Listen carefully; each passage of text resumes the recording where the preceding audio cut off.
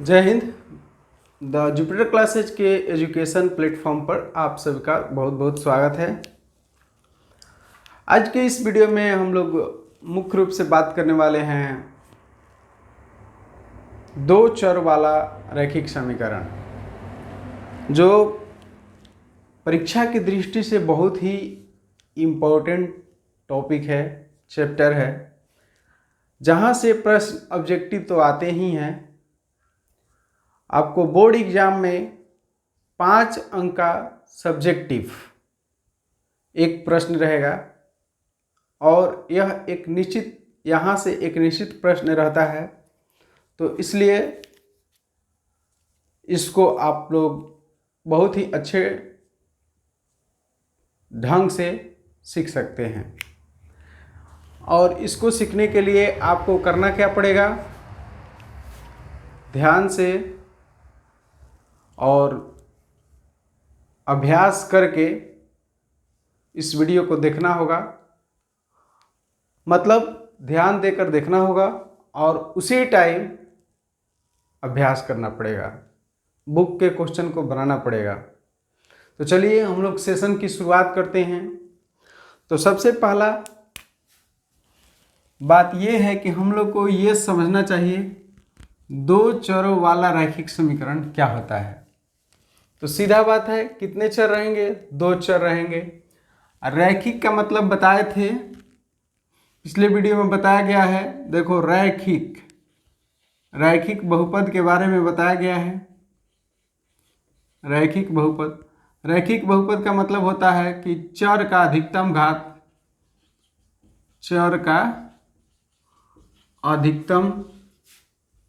घात जो होना चाहिए वह 1 होना चाहिए। चर का अधिकतम घात कितना होना चाहिए? 1 होना चाहिए। तो वह समझेंगे कि कौन सा बहुपद है? रैखिक बहुपद है। अगर ऐसा बहुपद जिसके चर का अधिकतम घात कितना हो? 1 हो, उसे क्या कहते हैं? रैखिक बहुपद कहते हैं। ठीक है, रैखिक बहुपद कहते हैं। अब यहाँ पर है 2 चर, तो इसमें 2 चर होंगे। कोई भी 2 चर हो सकता है, XY, YZ, ZX, PQ। बस उसमें बगल में लिखा होना चाहिए कि यह और यह दोनों क्या है? चर है। XYZ को हम लोग प्रॉपर तरीके से यूज करते हैं, या बुक में भी जो दिया रहता है चर के रूप में वह XYZ ही रहता है। तो इसलिए मुख्य तौर पर समझना है कि 2 चर वाला रैखिक समीकरण में एक x रहेगा और एक y रहेगा। ठीक है, 2 चर रहेगा, दोनों चर का अधिकतम घात कितना रहेगा? 1 रहेगा। तो उसको कहते हैं 2 चर वाला रैखिक समीकरण। या फिर देखिए, उसको परिभाषा के द्वारा हम लोग समझ सकते हैं, वह समीकरण जो ax plus by plus c बराबर 0 के रूप में हो तथा a b c वास्तविक संख्याएं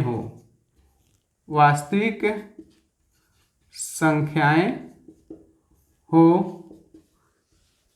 a और b अशून्य हो। रैखिक 2 चरों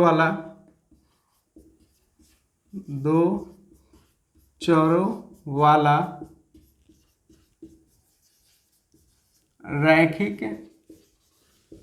समीकरण कहलाता है। 2 चरों वाला क्या कहलाता है? रैखिक समीकरण कहलाता है। कह रहा है कि अगर कोई समीकरण इस रूप में हो, ax plus by plus c बराबर 0, a और b और c क्या है? तो a और b और c क्या होगा? वास्तविक संख्या आपको बताया गया है।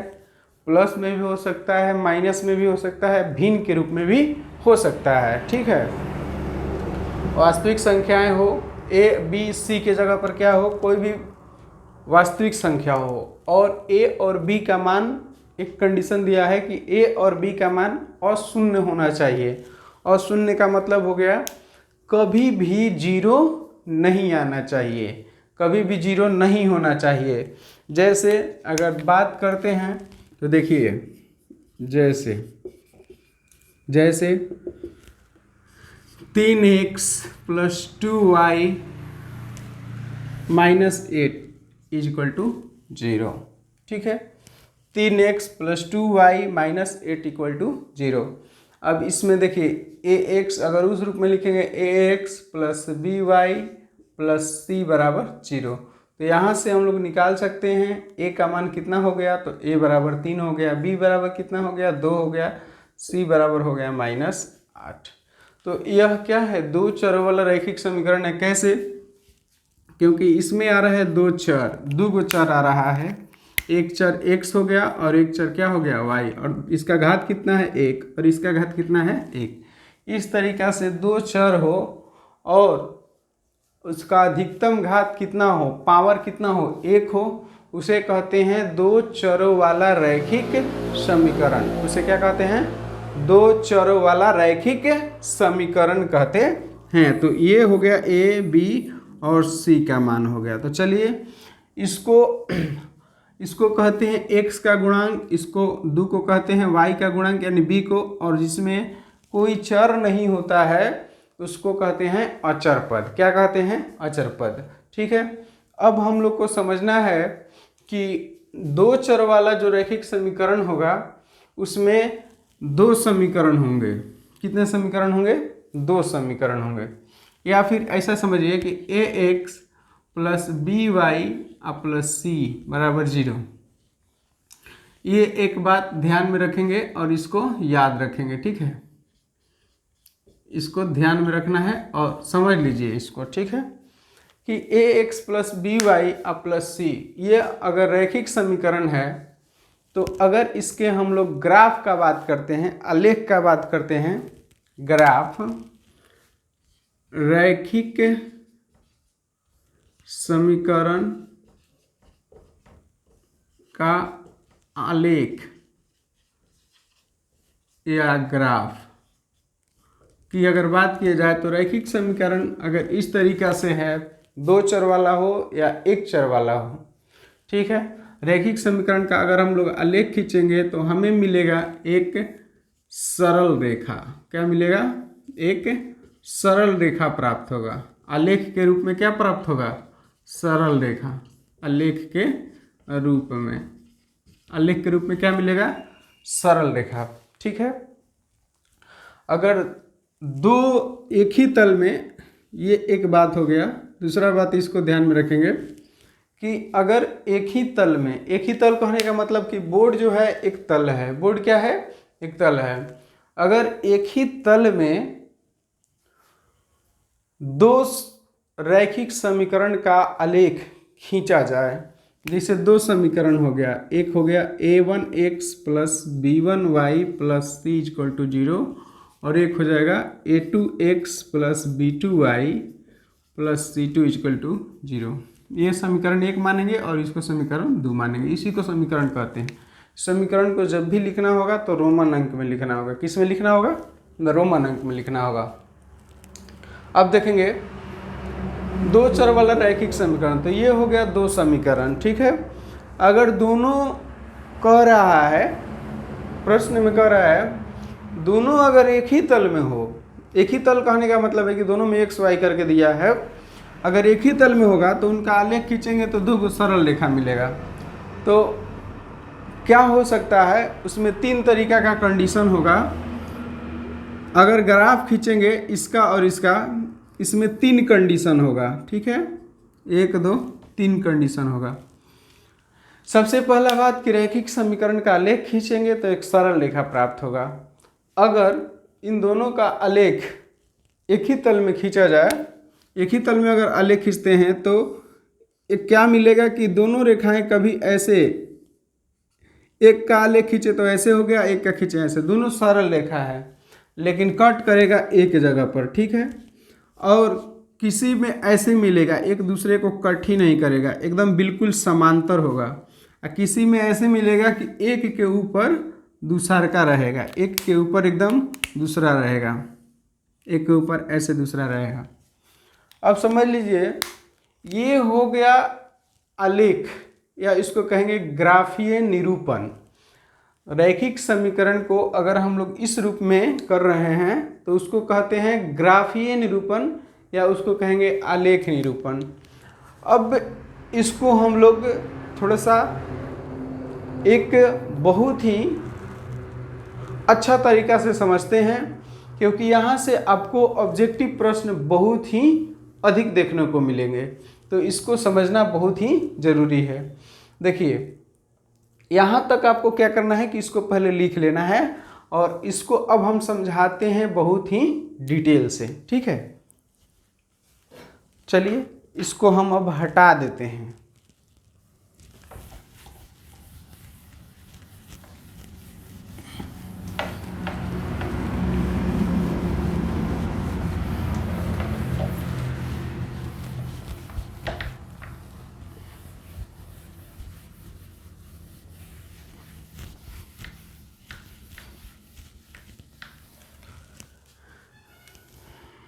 देखिए सबसे पहले हमारे पास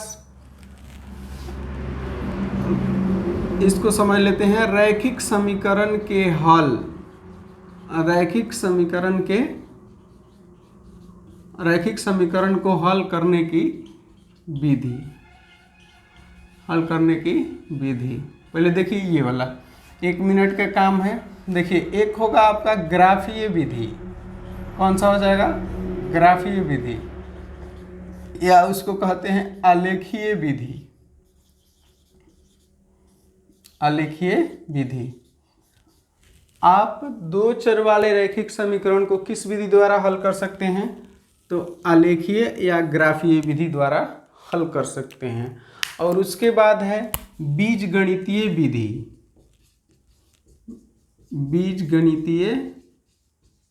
बीजगणितीय विधि, इसमें आपको 3 तरीका से मिलेगा। एक आपका हो जाएगा प्रतिस्थापन विधि, और दूसरा हो जाएगा विलोपन विधि, और तीसरा हो जाएगा वज्र गुणन विधि। तो इस चैप्टर में हम कुल देखने वाले हैं रैखिक समीकरण को हल करने की 4 विधियां। कितनी विधियां? 4 विधियां। पहला है ग्राफीय विधि, जिसको हम लोग कहते हैं आलेखीय विधि, और दूसरा है बीजगणितीय विधि। बीजगणितीय विधि में 3 गो है, प्रतिस्थापन, विलोपन और कौन सा है? वज्र गुणन। तो हम लोग कुल मिलाकर के इसमें 4 विधि के द्वारा, यानी कि 4 तरीका से हम किसी भी रैखिक समीकरण को हल करने का प्रयास करेंगे, या उस मतलब किया जाता है, ठीक है। तो चलिए अब इसको हल करने से पहले हमें बोले थे कि डिटेल से बताते हैं, तो उसको समझते हैं। तो इसको ध्यान में रखेंगे और इसको लिख लेंगे और इसको याद रखेंगे कि बीजगणितीय विधि इसको कहते हैं, और ग्राफीय विधि में एक ही होता है और उसको आलेख के माध्यम से बनाते हैं।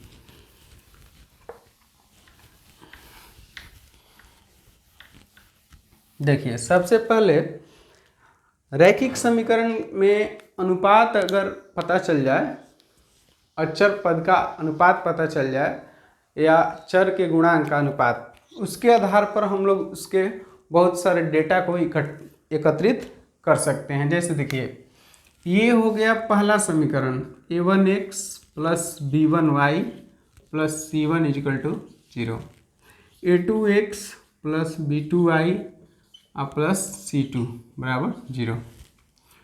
हमको अनुपातों की तुलना करना है। अनुपातों की तुलना, ठीक है। सबसे पहला बात कि ये हो गया पहला समीकरण और ये हो गया दूसरा समीकरण। इसको बिल्कुल ध्यान से देखिए, बिल्कुल समझ में आएगा। अनुपातों की तुलना करना है तो a1x + b1y एक समीकरण और एक हो गया दूसरा समीकरण। अनुपात की तुलना कैसे करेंगे? तो x के चर के पहले और x के चर के पहले दोनों का अनुपात निकालेंगे। तो हमको निकालना है a1/a2, ठीक है, और निकालना है b1/b2, और निकालना है c1/c2। तो श्योर है कि कुछ ना कुछ आएगा। कभी कभी होगा कि भिन्न के रूप में ही रह जाएगा, कभी कभी हो जाएगा कि कट सकता है, ठीक है, छोटा रूप में हो सकता है। तो हम लोग को निकालना है A1/A2, B1/B2 और C1/C2, ठीक है। तो अगर इसमें आ जाता है, पहला समझते हैं कि अगर पहला कंडीशन आ जाए कि A1/A2 बराबर न हो B1/B2, ये तो बराबर का चिन्ह हो गया, इसको कट कर देंगे तो इसको कहते हैं कि A1/A2 अनुपात निकाल दिए, अगर वो B1/B2 के बराबर में नहीं आता है तो तीसरा B1/B2 के बराबर तीसरा आता है कि नहीं आता है, इससे कोई लेना देना नहीं रखना है। पहला कंडीशन यही है कि पहला बराबर अगर नहीं आ रहा है तो दूसरा को चेक नहीं करना है कि ई वाला और ई वाला आपस में बराबर है कि नहीं, होगा तो भी कोई दिक्कत नहीं है, नहीं होगा तो भी कोई दिक्कत नहीं। अगर पहला कंडीशन क्या है कि A1/A2 बराबर नहीं हो B1/B2, जब ये और ये दोनों बराबर नहीं है तब ये हो गया पहला कंडीशन।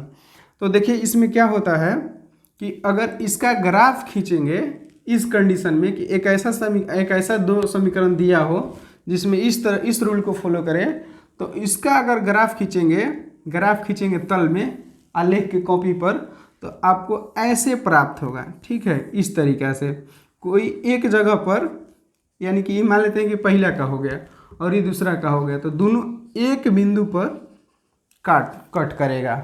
यानी कि दोनों एक बिंदु पर कट करने का मतलब है कि इसमें कितने बिंदु कॉमन होंगे, यानी कि ई वाला बिंदु देखेंगे तो इस लाइन पर भी है और यहीं वाला बिंदु इस लाइन पर है, तो इसका मतलब है कि कितने बिंदु दोनों में उभयनिष्ठ है, तो एक बिंदु, कितने बिंदु, एक बिंदु उभयनिष्ठ, एक बिंदु उभयनिष्ठ, कितने बिंदु उभयनिष्ठ, एक बिंदु उभयनिष्ठ, ठीक है।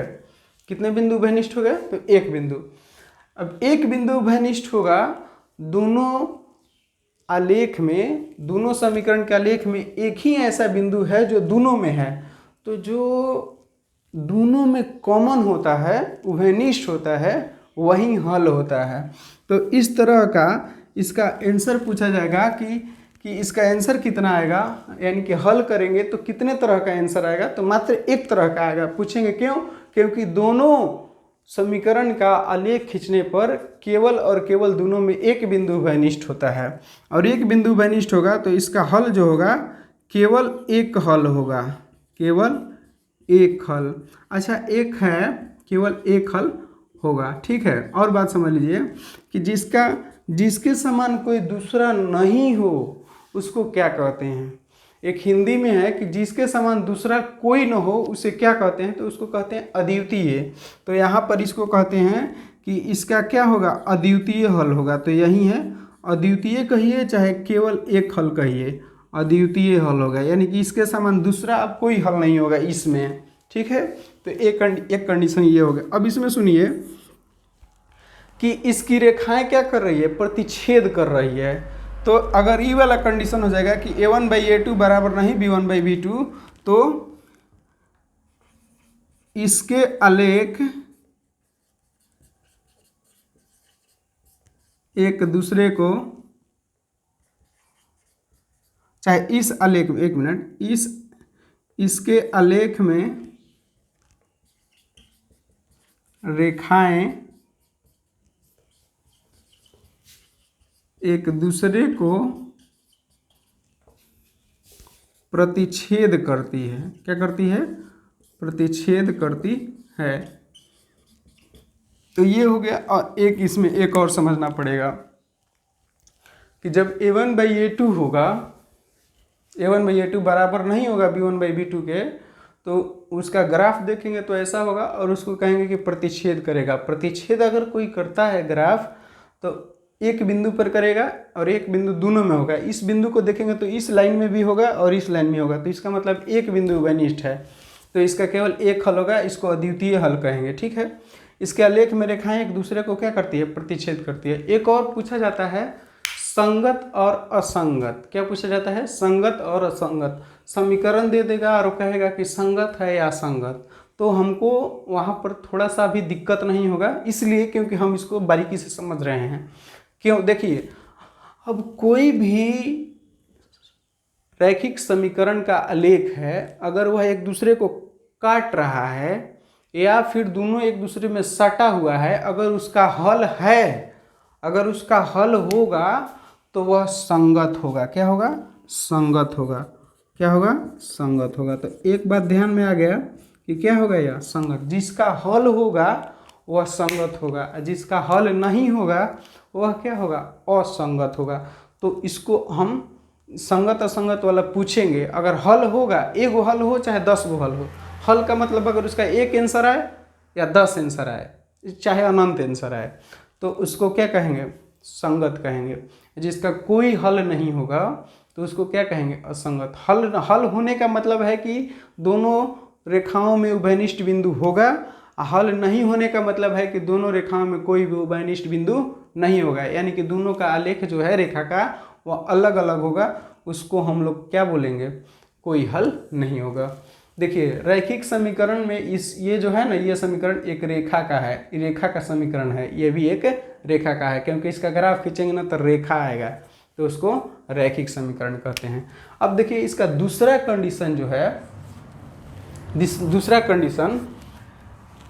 दूसरा कंडीशन ये है कि यदि a1/a2 बराबर आ जाए b1/b2 के बराबर आएगा तो आगे वाला भी चेक करना है, आई तीसरा के बराबर नहीं आए, c1/c2 के बराबर नहीं आए।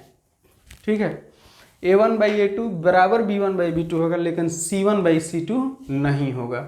तो इस कंडीशन में आपको देखना पड़ेगा कि जब a1/a2 बराबर हो b1/b2 के, लेकिन b1/b2 बराबर नहीं होगा c1/c2 के, अगर ये वाला इसके बराबर नहीं है तो ये भी इसके बराबर नहीं होगा। क्यों? क्योंकि ये दोनों तो बराबर है, जितना मन इसका होगा जितना मन इसका होगा, तो अगर ये वाला इसके बराबर नहीं है तो ये वाला भी इसके बराबर नहीं होगा। तो अब समझते हैं। देखिए बात ये है कि इसका जो ग्राफ होगा वह कुछ इस तरीके से होगा,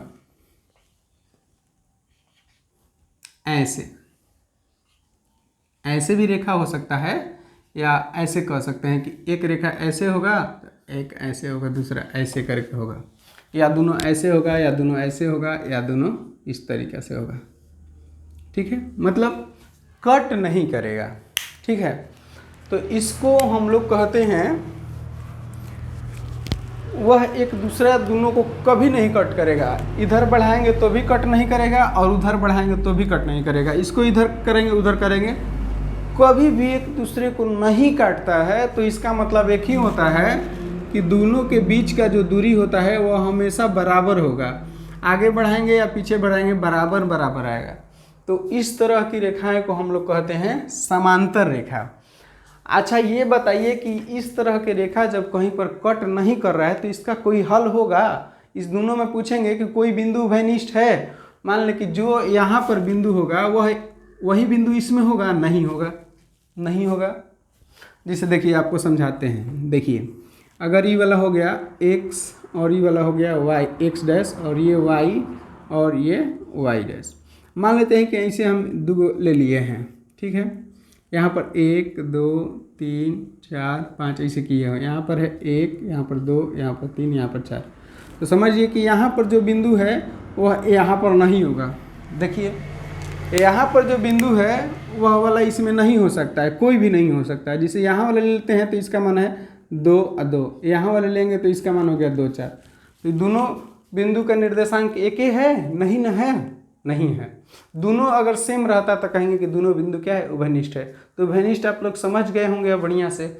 उभयनिष्ठ का मतलब दोनों रेखाओं में कोई भी बिंदु जो होना चाहिए वह उसका मान एक ही होना चाहिए। जिसके इस बिंदु का निर्देशांक है 2 2 और इस बिंदु का निर्देशांक कितना हो गया? 2 4, तो एक ही कैसे हो गया? तो इसमें का कोई भी अगर बिंदु लेंगे ना तो इसके बराबर में नहीं होगा, उसमें नहीं मिलेगा, तो उसको कहेंगे उभयनिष्ठ नहीं है। और उभयनिष्ठ नहीं रहेगा तो कहेंगे कि क्या होगा? इसका कोई हल नहीं होगा, कोई हल नहीं होगा। हम लोग आगे ही जान गए कि इसको बनाने से कोई फ़ायदा नहीं है, क्योंकि इसका आंसर आने वाला नहीं है, तो उसको वहीं तक छोड़ दिया जाता है। ठीक है, बी में क्या होगा कि ये एक दूसरे को प्रतिच्छेद नहीं कर रहा है, प्रतिच्छेद नहीं कर रहा है तो आखिर ये किस कंडीशन को फॉलो कर रहा है, तो कहेंगे कि समांतर है। क्या है, लिखेंगे इसके आलेख में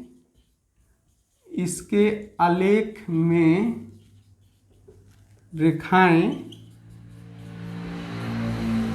एक दूसरे के समांतर होती है। क्या होती है, समांतर होती है। अब तीसरा बचा हुआ है आलेख के बारे में, तीसरा बचा हुआ है संगत असंगत। तो ये बता दीजिए इसका कोई भी बिंदु दोनों रैखिक समीकरण के आलेख में आ रहा है, उभयनिष्ठ नहीं आ रहा है। नहीं आ रहा है तो इसका हल क्या होगा, असंगत होगा। संगत असंगत में पूछा जाएगा तो क्या होगा, यह असंगत होगा। तो इस तरीक़ा से समझ सकते हैं। इसमें एक और कंडीशन है तीसरा, उसको भी देख लेते हैं। तीसरा कंडीशन है कि a1/a2 बराबर b1/b2 बराबर क्या रहेगा, c1/c2। तीनों बराबर रहेगा, तीनों बराबर रहेगा तो इसका अगर आलेख खींचा जाएगा तो मान लेते हैं कि पहला का इस तरीक़ा से है तो दूसरा का भी सेम किस पर रहेगा, एकदम इसी पर होगा, एकदम साटा हुआ, इस पर चढ़ा हुआ, ऐसे होगा। दोनों एक दूसरे पर होगा, यानी कि दोनों का जो रैखिक समीकरण, दोनों का आलेख खींचेंगे पहला और दूसरा का, अगर इस कंडीशन में होगा कि ये इसका अनुपात और इसका अनुपात और इसका अनुपात तीनों बराबर आ जाए, तो अगर उसका ग्राफ खींचेंगे तो इस तरीक़ा से आएगा।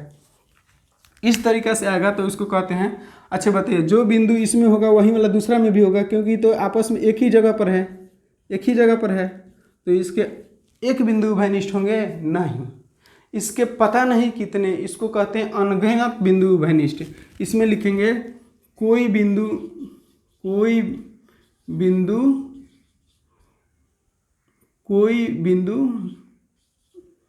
उभयनिष्ठ नहीं है, और इसमें लिखेंगे प्रत्येक बिंदु उभयनिष्ठ होगा, प्रत्येक बिंदु उभयनिष्ठ, यानी कि जो दोनों रेखा एक दूसरे पर ऐसे है, इसका मतलब क्या है कि जो बिंदु इसमें है वही बिंदु उसमें है, तो दोनों जितना भी पहला रेखा में बिंदु होगा वही वाला सेम टू सेम दूसरा में होगा, तो इसको कहेंगे कि जितना भी बिंदु होगा सब उभयनिष्ठ है, कॉमन है, तो प्रत्येक बिंदु उभयनिष्ठ। तो इसका सबसे पहले बता दीजिए कितना आंसर होगा, दोनों में कितना बिंदु उभयनिष्ठ है, तो अनगिनत है, तो उसको कहते हैं अनंत। इसका हल अनंत होगा, अनंत को क्या कहते हैं, अनगिनत। ठीक है। और दूसरा कंडीशन में कह रहा है कि इसकी रेखाएं क्या है, तो जब रेखाएं ऐसे हो तो उसको प्रतिच्छेदी रेखाएं कहते हैं, इस तरीक़ा से हो तो उसको समांतर कहते हैं, लेकिन जब एक दूसरा पर हो तो समांतर तो होता ही है, लेकिन उसको मेन माना जाता है संपाती। क्या माना जाता है, संपाती। इसके आलेख में रेखाएं एक दूसरे के संपाती होती है, एक दूसरे के संपाती होती है। क्या होती है, संपाती होती है। और तीसरा सी में क्या हो जाएगा, तो इसके आलेख में रेखाएं एक दूसरे के संपाती होती है।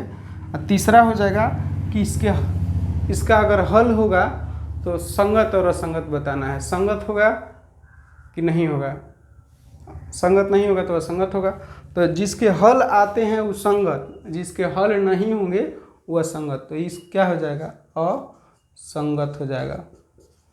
हमको ग्राफीय विधि से एक कंडीशन में बनाना है, अगर अनगिनत हल आता है, अगर ग्राफीय निरूपण करना होगा तो तीनों को कर सकते हैं।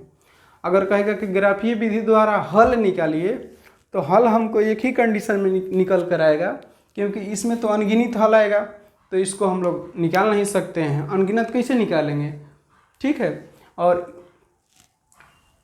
इसमें जो है किसी तरह का कोई हल नहीं आएगा, हल करेंगे तो ग्राफीय विधि से हल होगा नहीं, क्योंकि काटेगा नहीं तो इसका आंसर नहीं पता चल पाएगा। इसका कह रहा है कि केवल एक हल होगा, तो ग्राफीय विधि में हम लोग ग्राफीय विधि से तभी हल करेंगे जब a1/a2 बराबर नहीं हो b1/b2, या कोई बीज गणितीय विधि में जो 3 गो है, प्रतिस्थापन विधि, विलोपन विधि या वज्रगुणन विधि, उस तीनों विधि में से किसी एक के द्वारा तभी हम लोग हल करेंगे जब a1/a2 बराबर नहीं b1/b2 हो। अच्छा, यहाँ से आपको ऑब्जेक्टिव सवाल पूछेगा, जैसे हम अभी एक सवाल दे रहे हैं, ठीक है। जैसे एक सवाल यहाँ पर है, देख लीजिए। कह रहे कि 3x + 4y बराबर 16, 6x - 8y बराबर 10।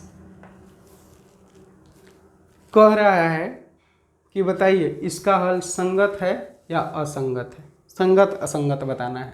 दे देगा कि इसका हल होगा संगत, असंगत, दोनों, इनमें से कोई नहीं। दोनों तो कभी नहीं हो सकता है, तो मेन बताना है संगत असंगत। तो क्या निकालेंगे, a1/a2। तो इसका a1 3 है, इसका तो 3/6 भाग करेंगे तो 1/2। इसका निकालेंगे तो आ जाएगा 4/-8। तो कटा देंगे तो आ जाएगा माइनस, ऊपर चला जाएगा तो -1/2। दोनों बराबर हुआ? नहीं हुआ। एक का आ गया a1/1/2, इसका आ गया -1/2। दोनों बराबर हुआ? नहीं हुआ। तो इसका कंडीशन हो गया a1/a2 बराबर नहीं बराबर है किसके, b1/b2 के। और जब बराबर नहीं होगा तो पहला कंडीशन हो गया। अब पहला कंडीशन हो गया तो संगत होगा कि असंगत, तो बताना है कि हल होगा ना। हल होगा तो वह क्या हो जाएगा, संगत होगा। क्या होगा, संगत होगा। तो इस तरीक़ा से आप लोग अभ्यास कर सकते हैं, ठीक है। अभ्यास इसको करना है। अभी एक बार इसको रिकैप कर लेते हैं। देखिए ये दो आपको रैखिक समीकरण दे रखा है। सबसे पहले क्या करना है, अनुपातों की तुलना करना है, a1/a2, b1/b2, c1/c2, ठीक है। एवं अगर पहला कंडीशन में a1/a2 बराबर नहीं आता है b1/b2 के, तो उसका आलेख इस तरीक़ा से होगा। अगर आलेख खींचेंगे तो, ठीक है। आलेख अगर इस तरीक़ा से आया तो एक बिंदु पर प्रतिच्छेद करेगा, तो इसको कहेंगे इसके आलेख में रेखाएं एक दूसरे को प्रतिच्छेद करती है। एक बिंदु पर प्रतिच्छेद करने का मतलब है कि दोनों में उभयनिष्ठ बिंदु कितना है, तो केवल और केवल एक है। तो केवल एक हल होगा, और एक हल को कहते हैं अद्वितीय हल। जिसके समान दूसरा नहीं हो कोई तो उसको अद्वितीय हल कहते हैं। जिसका हल होगा उसको क्या कहेंगे, संगत। जिसका हल नहीं होगा उसको कहेंगे असंगत। दूसरा देखिए, अगर इस तरीक़ा से आ जाता है a1/a2 बराबर नहीं b1/b2 बराबर आएगा, b1/b2 के बराबर नहीं आएगा c1/c2 के, तो उसके जो ग्राफ आएगा वह समांतर होगा और इसका कोई हल नहीं होगा, क्योंकि इन दोनों में कोई उभयनिष्ठ बिंदु नहीं होगा। इसके आलेख में रेखाएं एक दूसरे को क्या होती है, समपाती होती है। और जिसका कोई हल नहीं हुआ क्या होगा, असंगत। और तीसरा में दोनों एक के पर होगा इस तरीक़ा से, तो इसका मतलब है कि इसके सब बिंदु क्या हैं, उभयनिष्ठ है। तो इसका हल क्या होगा, अनंत होगा। इसके आलेख में रेखाएं एक दूसरे के समपाती होती है, और इसका हल होगा ना, एक मिनट, इसका हल होगा तो यह संगत, असंगत नहीं, क्या होगा, संगत होगा। जब पूरा हल होगा, इसमें एक हल है तो संगत, इसमें अनगिनत हल है तो क्या होगा, संगत होगा। केवल एक कौन सा होगा, असंगत, ये वाला होगा। तो इसको आप लोग क्या कर लेंगे, लिख लेंगे। चलिए अभ्यास प्रश्न बनाते हैं एक्सरसाइज 3.1 को, ठीक है।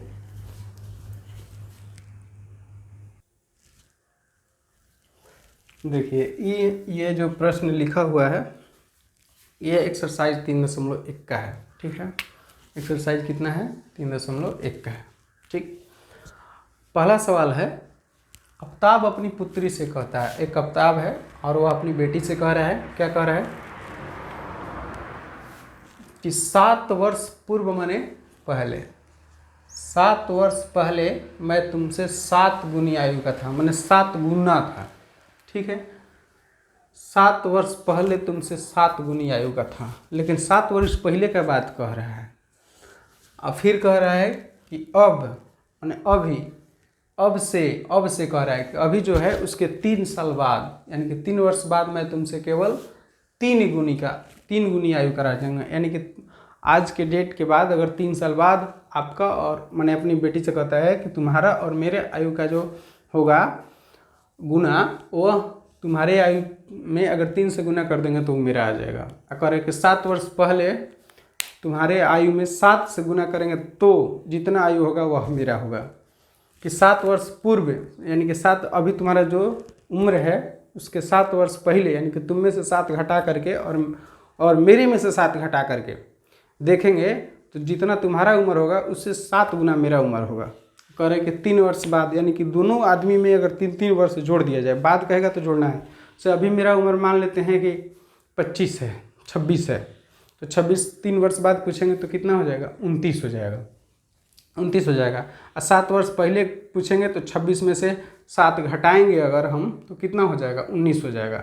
तो ऐसे करके होता है। क्या यह मनोरंजक है? इस स्थिति को बीजगणितीय एवं ग्राफीय रूपों में व्यक्त कीजिए। बीजगणितीय कहने का मतलब है बीजगणितीय विधि से बनाना नहीं है, इसको केवल निरूपित करना है और इसको ग्राफीय रूपों में व्यक्त करना है। ग्राफीय रूपों कहने का मतलब है कि उसका आंसर नहीं बताना है, उसको आलेख के रूप में कर देना है, व्यवस्थित कर देना है। तो चलिए, तो सवाल समझ गए। अगर सवाल दिक्कत हो रहा है तो आप लोग क्या करेंगे कि अपने बुक से पढ़ना स्टार्ट करेंगे, ठीक है।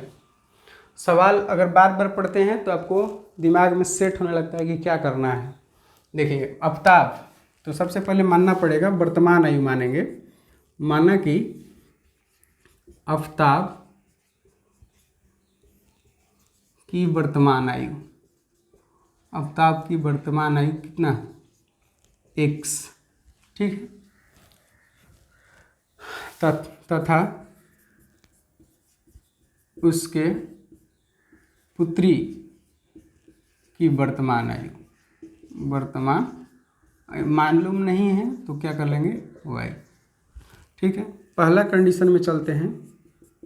7 वर्ष पूर्व, 7 वर्ष पूर्व यानी कि पहले दोनों की आयु, दोनों की 7 वर्ष पहले दोनों की आयु कितना हो जाएगा। तो आफ्ताब की आयु कितना है, x। तब पूर्व मैंने घटाना, अभी मेरा उम्र मान 26 है, 7 वर्ष पहले पूछेंगे तो कितना हो जाएगा, 19 हो जाएगा, घटाना पड़ेगा। तो आफ्ताब की कितना हो जाएगा, 7 वर्ष पूर्व दोनों की आयु, यानी दोनों की आयु अर्थात आफ्ताब की आयु, आफ्ताब की आयु कितना हो जाएगा। तो आफ्ताब की आयु हो जाएगा x - 7 तथा उसके पुत्री की आयु, उसके पुत्री की आयु। अब वर्तमान नहीं लिखेंगे, पहले ना हो गया, हो जाएगा y - 7। अभी क्या कह रहा है कि जितना 7 तुम्हारा उम्र होगा उसमें कितना से गुना करना पड़ेगा। तुम्हारे वाला में 7 से गुना करेंगे ना तब मेरे वाला आएगा। ये तो 7 वर्ष पहले इसका उम्र पता चल गया कि इतना होगा, x में 7 घटा देंगे, y में 7 घटाएंगे तो आफ्ताब की पुत्री की आयु हो गया। अभी करेंगे 7 वर्ष पूर्व मैं तुमसे 7 गुनी आयु का था, यानी कि इसमें 7 से गुना करेंगे तुम्हारे वाला उम्र में 7 से गुना करेंगे ना तब हमारा आएगा। नहीं कह रहे कि 7 गुनी आयु का था। तो इसलिए हो जाएगा क्या, प्रश्न से पहले कंडीशन में हो जाएगा कि x - 7 और y - 7, अगर इसमें 7 से गुना कर देंगे तब ना इसके बराबर आ जाएगा। 7 से गुना नहीं करेंगे तो ये बराबर नहीं होगा। अब इसमें 7 से गुना करेंगे मैं तुमसे 7 वर्ष पूर्व में तुमसे 7 गुनी आयु का था, यानी कि 7 वर्ष पहले उसका उम्र में अगर 7 से गुना करेंगे तुम्हारे उम्र में, अपनी पुत्री से कह रहा है, तो मेरा उम्र आ जाएगा। तो 7 से गुना कर देंगे तो ये दोनों क्या हो जाएगा, बराबर हो जाएगा। तो इसको देखिए, सबसे पहले क्या कर लेते हैं कि इसको थोड़ा सा हल कर लेते हैं। x - 7 और ये 7 में y से होगा तो 7y और ये हो जाएगा -49। तो इसको ऐसे ला देते हैं, x ये इधर प्लस है तो इधर जाएगा तो -7y और इधर क्या हो जाएगा -42, 49 है तो ये 7 है तो उधर जाएगा तो +7। तो x - 7y बराबर कितना आ गया, 7 में से 49 घटेगा तो क्या आ जाएगा -42। तो इसको हम लोग समीकरण 1, तो इसको हम लोग देखिए इसको इधर भी ला सकते हैं, -42 को इधर लाएंगे तो क्या हो जाएगा +42। तो एक ये वाला हो गया, ठीक है। ये हो गया बीजगणितीय रूप में अभी कर रहे हैं, ठीक है, बीजगणितीय रूप में निरूपण। तो एक हो गया। अब दूसरा केस क्या कर रहा है, दूसरा केस में कह रहा है कि अब से 3 वर्ष बाद मैं तुमसे केवल 3 गुने, तो यहाँ पर लिखना पड़ेगा 3 वर्ष बाद दोनों की आयु, अर्थात लिख सकते हैं आफ्ताब की आयु बताइए कितना हो जाएगा।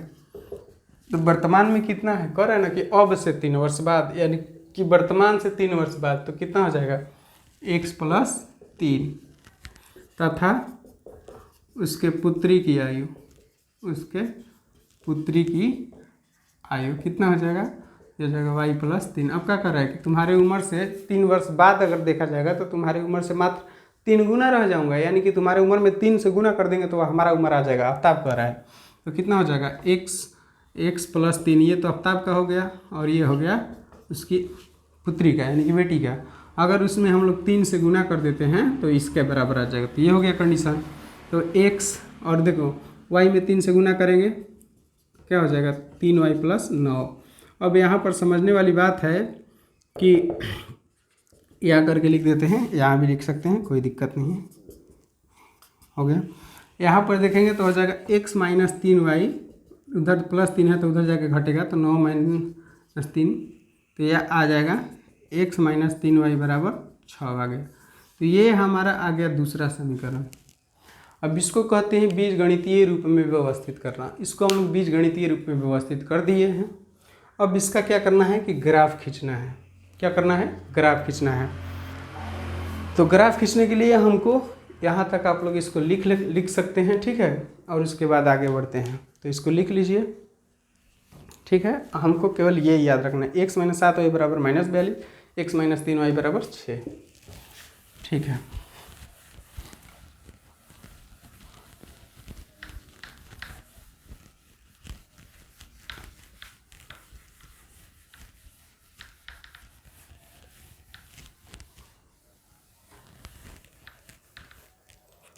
देखिए हमारे पास दो कंडीशन है, एक्सरसाइज 3.1 है x माइनस 7y बराबर माइनस 42, और दूसरा कंडीशन है x माइनस 3y बराबर 6, समीकरण 1 और ये समीकरण 2। अब इसको ग्राफीय रूप में निरूपित करना है। तो इसको सबसे पहले हम जैसे बहुपद में बताए थे, बहुपद में क्या बताए थे? बहुपद में बताया गया था कि सबसे पहले बनाना है हम लोग को सारणी बनाना है, टेबल बनाना है। तो टेबल बनाएंगे कैसे? सबसे पहले ऐसे लिखना पड़ेगा, समीकरण 1 से, समीकरण 1 से, और इधर बना देते हैं समीकरण 2 से, समीकरण 2 से। समीकरण x माइनस 7y बराबर कितना हो जाएगा? माइनस 42, ठीक है। तो x बराबर क्या हो जाएगा? माइनस 42, और ये वाला इधर चल जाएगा तो प्लस 7y। अब हम यहाँ पर बना सकते हैं इस तरीक़े से, मात्र 2 चाहिए एक्स वाई, ठीक है। इस पेन को रख देते हैं। देखिए कितना हो जाएगा, अगर y के जगह पर रख, इधर y है ना, तो y की जगह पर हम रखते हैं 6, तो 7 छक 42, 42 में से 42 घटेगा तो 0। अगर हम रखते हैं 3, रखते हैं 3, तो 7 का कितना हो जाएगा? 21 हो जाएगा। हो जाएगा कि नहीं? 21 42, तो यहाँ पर क्या आ जाएगा? 21। चलिए रखते हैं 5, रखते हैं, ठीक है। 7 बचे 35, मान कम लाने के लिए 35। अब 35 में से 42 घटेगा, 7 रखते तो बड़ा बढ़िया रहता, 7 7 7 49, और 49 में से 42 घटेगा तो कितना हो जाएगा? 49 में से अगर 42 घटाएंगे तो कितना हो जाएगा? 7 आएगा, ठीक है। तो हम प्लस में लाने के लिए किए हैं, ठीक है। बाकी इनसे कोई भी मान रख सकते हैं। ग्राफ की कॉपी पर बनाना है तो आप लोग मान रख करके कोई भी हल कर सकते हैं। समीकरण 2 से लिखेंगे तो x माइनस 3y बराबर कितना है? 6 है। तो x बराबर कितना हो जाएगा? इसलिए x बराबर कितना हो जाएगा? तो 6 प्लस 3y हो जाएगा। अभी इसको आप लोग एकदम आराम से समझ सकते हैं। y के जगह पर मान रखना है, 0 रखेंगे तो 6 आएगा, 3 में 0 से गुना होगा तो 0, और 0 6, 1 रखेंगे तो 3 गुना 1, 3 6 कितना हो जाएगा? 9। अब इसको ग्राफ खींच देते हैं, ठीक है। यहाँ पर 6 रखे हैं तो 7 छक 42, 42 में से 42 घटा तो 0, 7 रखे 7 7 49, 49 में से 42 घटा तो 7। हमको y का मान रखना था, इसमें y का मान रखें, x का मान प्राप्त हुआ है। तो इसको सबसे अधिकतम मान x में कितना है? 9 है, ठीक है। तो चलिए इस तरीके से आप लोग के पास ग्राफ का कॉपी होगा, बोर्ड पर देख लीजिए। ये हो गया x, और ये हो गया x डैश, y, और ये क्या हो गया? y dash. तो x का मान 0, देखिए सबसे पहले 1 2 3 4 5 6 7 8 9 10 तक कर लेते हैं। इधर भी हो जाएगा 1 2 3 4 5 6 7 8 9 10, ठीक है। तो सबसे पहला बात है कि यहाँ पर क्या होगा? वो कहते हैं और इसको 0 0 कहते हैं, ठीक है। तो इसका ग्राफ देखेंगे 0 पर 6, x का मान 0 पर 6, पहले इसका करेंगे, ठीक है, उसके बाद इसका करेंगे। 0 पर 6, 0 0 यहाँ है, और y का मान कितना है? 6, तो यहाँ होगा, ठीक है। तो ये हो गया। और 7 पर से एक्स का मान 7, वाई का भी मान 7, एक्स का मान 7 यहाँ पर, वाई का मान तो यहाँ जाना पड़ेगा इसके सामने 7 के सामने, तो कुछ यहाँ आ जाएगा इस तरीक़ा से यहाँ आएगा। तो सबसे पहले इसको स्केल से मिला दिया जाएगा, कुछ इस तरीके से मिल जाएगा। तो इसको लिख सकते हैं हम क्या, किसका ही ग्राफ था, तो x माइनस 7y बराबर -42 का ऐसे लिखा जाता है। ग्राफ के जो रैखिक समीकरण का जो रेखा होगा उसके ऊपर लिखा जाएगा, जिसका खींचे है उसका, ठीक उसी प्रकार, ताकि पहचान में आ जाए कि ये इसका है पहला वाला का। दूसरा देखेंगे तो x का मान 6, y के मान 0, x के मान 6, y के मान 0 है तो ना ऊपर जा सकते हैं ना नीचे, ही तो 0 सामने है, तो एक ये वाला हो गया। और x के मान 9 पर 1, x का मान 9, y का मान 1, तो यहाँ पर आ जाएगा। तो इसको स्केल से मिलाएंगे तो कुछ इस तरीक़ा से मिलेगा, ठीक है। तो इस तरीक़ा से इधर तो लग रहा है कि फैलते चला जाएगा, लेकिन इधर पता चलेगा कि जाकर कहीं ना कहीं काट देगा, क्योंकि इधर दूरी बढ़ती जा रहा है इसे, और इधर आगे बढ़ाएंगे तो जाकर कहीं ना कहीं क्या कर देगा, कट कर देगा। तो इसका हल होगा, ठीक है।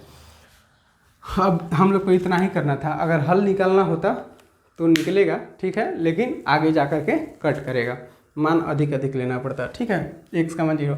अच्छा, इसको चेक कर लेते हैं कि जो बनाए हैं वो सही है कि नहीं। इसको कह रहे हैं कि एक हल होगा, लेकिन देख लेते हैं हल हो रहा है कि नहीं। तो ये वाला 2 कंडीशन आया ना, तो इसका अनुपात करेंगे तो a1/a2 करेंगे तो कितना आ जाएगा, 1/1। b1/b2 करते हैं तो कितना आ जाएगा, -7/-3, तो कट गया तो आ गया 7/। बताइए दोनों बराबर है, a1/a2 बराबर नहीं है b1/b2 के। तो इस तरह से इसका कौन कितना हल होगा, एक हल, केवल एक हल, केवल एक हल होगा, केवल एक हल होगा। तो कहेंगे कि सर ये तो काट ही नहीं रहा है, इसका हल कैसे हो गया। अरे भाई देखो, ये समांतर नहीं है, ये वाला इधर फैलते चला जाएगा और इसको आगे मिलाएंगे इस तरीक़ा से, ऐसे करके है, तो इस इधर तो फैलते चला जाएगा खींचेंगे तो, और इसको आगे ले जाएंगे ऐसे, तो ये जाकर कहीं पर कहीं ना क्या करेगा, काट देगा। तो इसको कहते हैं हल। तो इसका एक हल होगा, ठीक है। और पूछेंगे कि संगत होगा कि असंगत, तो इसको आप लोग ये भी बता सकते हैं, क्या होगा, यह संगत। हल होगा तो संगत, हल नहीं होगा तो असंगत। हल एक हो चाहे अनगिनत हो, संगत होगा, हल नहीं होगा तो क्या होगा, असंगत होगा। तो इस तरीक़ा से ये हो गया 3.1 का पहला प्रश्न का एक बीजगणितीय रूप, ये हो गया बीजगणितीय निरूपण, और ये क्या हो गया, आलेखीय निरूपण। तो चलिए अब दूसरा देखते हैं।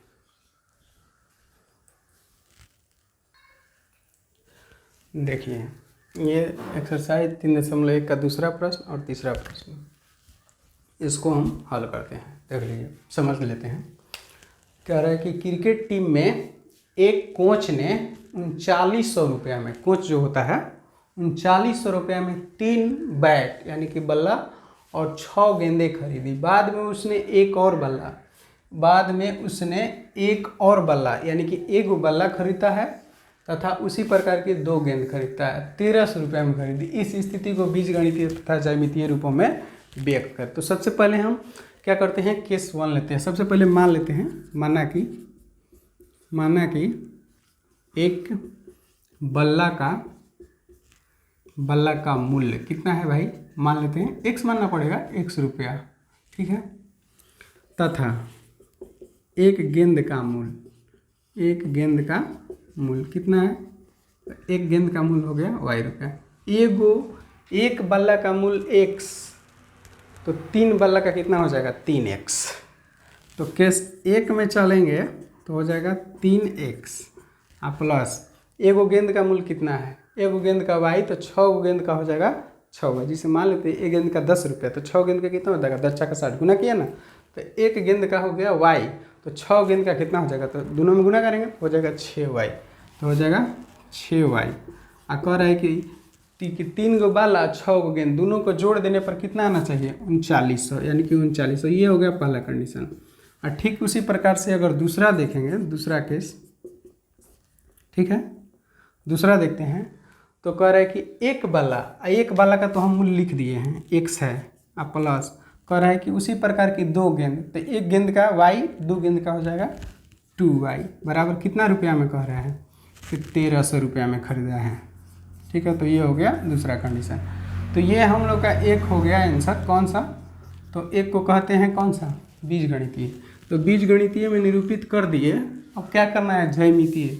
ज्यामितीय को ही क्या कहते हैं, ग्राफीय आलेखीय कहते हैं। तो अब इसको आलेखीय रूप में व्यक्त करना है, ठीक है। तो आलेखीय रूप में व्यक्त करेंगे तो इसको समीकरण 1 से ले जाएंगे, समीकरण 1 से करेंगे तो कितना हो जाएगा। पहले देखिए 3x + 6y लिख देते हैं, 3x + 6y बराबर 3900, ठीक है। 3900 है तो इसमें से कॉमन निकालते हैं 3 तो हो जाएगा x + 2y बराबर 3900। x + 2y बराबर हो जाएगा 3900 भागा में 3, तो x + 2y बराबर आ जाएगा 1300। यानी कि सेम टू सेम फर्स्ट समीकरण को थोड़ा सा हल कर दिए तो दूसरा के जैसा आ गया। अब देखेंगे कि पहला दूसरा दोनों एक के जैसा है, यानी कि सेम टू सेम बराबर हो गया। तो इसका a1/a2 निकालेंगे, b1/b2 c1/c2, तो तीनों बराबर आएगा। और तीनों बराबर आएगा तो इसको आप लोग को हल कर आलेख निकालना है। तो बॉक्स जो बनेगा समीकरण 1 का जो बॉक्स बनाइएगा x y, ठीक है। ये 2y इधर आ जाएगा। 1 मिनट, इसको ऐसा कर लेते हैं कि या ऐसे हो जाएगा, x बराबर हो जाएगा 1300 - 2y। इसको या करके लिख लीजिएगा, ठीक है, या। तो इसलिए यहाँ पर हो गया। अब इसको बॉक्स बनाइएगा तो कितना आएगा, देखिए x y के जगह पर रखते हैं हम कितना, 300 रखते हैं। 300 रखते हैं तो 3 दूनी 600, कितना बचेगा 700। अगर 400 रखते हैं तो हो जाएगा 800, 1300 में 800 घटेगा तो 500, कुछ इस तरीक़े से। तो समीकरण 1 का ये हो गया। समीकरण 2 से भी करेंगे। अगर समीकरण 2 का बॉक्स बनाएंगे समीकरण 2 से तो इसके जैसा ही पहले से है। तो x + 2y बराबर है 1300, तो x बराबर कितना हो जाएगा, तो 1300 - 2y, यानी कि फिर इसी के जैसा। तो इसका भी जो सारणी होगा वह उतना ही आएगा, x y 700 300 500 400। और इन दोनों का ग्राफ खींचेंगे, ठीक है। तो 700 पर कितना है 300, तो देखिए 100 200 300 400 500 600। ऐसा करते हैं कि आप लोग इसको ग्राफ कीजिएगा तो इसका ग्राफ कैसा आएगा पता है। 700 पे 300 है, 500 पे 400 है, तो इसका ग्राफ ऐसे करके आएगा, ठीक है, ऐसे करके। और दोनों रेखा एक ही पर होगा। क्यों दोनों रेखा एक ही पर होगा, क्योंकि दोनों का सारणी जो है, टेबल जो है वो एक जैसा है, तो एक ही जैसा आएगा। और यह कैसा होगा, तो संपाती बोलते हैं इसको। क्या बोलते हैं, संपाती। दोनों एक ही पर रहेगा तो ये क्या हो जाएगा, संपाती। तो ये बताना नहीं था कि संपाती है कि समांतर की प्रतिच्छेद है, लेकिन आलेख में आपको ऐसा मिलेगा। आप लोग कॉपी पर आलेख बना लेंगे, ठीक है। दूसरा कह रहा है कि देखिए 2 kg सेव और 1 kg अंगूर का मूल्य 160, किसी दिन दोनों मिलाकर 160 रुपये था। तो हमको क्या करना है कि मान लेना है कि माना कि 1 kg सेव का मूल्य, 1 kg सेव का मूल्य कितना हो जाएगा, तो 100 रुपये। तो y kg का, इसलिए तथा 1 kg अंगूर का मूल्य हमको 1 किलो का मान लेना है। 1 kg अंगूर का मूल्य कितना हो जाएगा, हो जाएगा y रुपया। हो गया। कह रहा है कंडीशन 1 में हम खाली ज्यामितीय बनाएंगे इसका, समीकरण 1 केस 1 में कि 2 kg सेव, तो 1 kg सेव का मूल्य 100 रुपया, तो 2 kg का क्या हो जाएगा 2x प्लस। अच्छा ये बता दीजिए कि 1 kg अंगूर का दाम कितना बने भाई, 1 kg है तो क्या हो जाएगा y बराबर कितना 160, 2x + y बराबर 60। और केस 2 में बता दीजिए कितना होगा। केस 2 में हो जाएगा कितना 4 kg। 1 महीना बाद कह रहा है कि वहीं से हो, यानी कि 4 kg सेब लिए, 2 kg अंगूर लिए, तो 300 रुपया हो गया। तो 1 kg सेब का मूल्य 100 रुपया, तो 4 kg का दाम कितना हो जाएगा 4x प्लस 1 kg अंगूर का दाम y रुपया, तो 2 kg अंगूर का दाम 2y बराबर कितना आ जाएगा 300 रुपया, ठीक है। तो ये हो गया हम लोग का क्या चीज़, ये हो गया ज्यामितीय निरूपण। तो ज्यामितीय निरूपण हो गया। अब इसको आप लोग क्या करना है, आलेखीय बनाना है। आलेख खींच देना है। आप लोग ग्राफ खींच देंगे समीकरण 1 लेकर के, और उसका बनाएंगे सारणी, या समीकरण 2 का सारणी बना करके आलेख क्या करेंगे, खींच देंगे। और हमको कमेंट के माध्यम से बताइएगा कि आज का क्लास आप लोगों को कैसा लगा। जो भी हमारे वीडियो तक पहुंच रहे हैं और पूरा वीडियो देख रहे हैं, उनको बेहद ही बेनिफिट होने वाला है। आप लोग देखते रहिए और कम से कम एक बार कमेंट कर दीजिए और बताइए कि आप लोग को मेरा वीडियो कैसा लग रहा है। ठीक है, तो चलिए मिलते हैं अगले वीडियो में। तब तक के लिए आप सभी को बहुत बहुत धन्यवाद।